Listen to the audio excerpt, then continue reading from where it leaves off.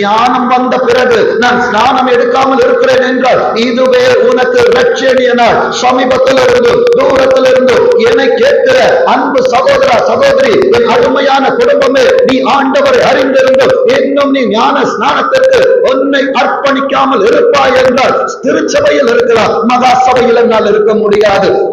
அதில் 5ஆம் அதிகாரம் 5ஆம் வசனம் சொல்லுகிறது பாருங்க, யோவான் 3:5. ஒருவன் ஜலத்தினால் நன்றாய் சொல்லுகிறேன். முதல் தண்ணீரினால் நான் குளிப்பாட்டப்பட வேண்டும். அடுத்தது ஆவியினாலும் பிறவாவிட்டால் தேவனுடைய ராஜ்யத்தில் பிரவேசிக்க மாட்டான் என்று மெய்யாகவே சொன்னது உனக்கு முன்பாய் பேசிக் கொண்டிருக்கிற மனிதன் அல்ல. அண்ட சராசரங்களை கையில் படைத்து வைத்து எனக்காய் உனக்காய் தனது கடைசி சொட்டு இரத்தத்தை சிந்தி கொடுத்த என் ஆண்டவர் தன் வாயினால் உரை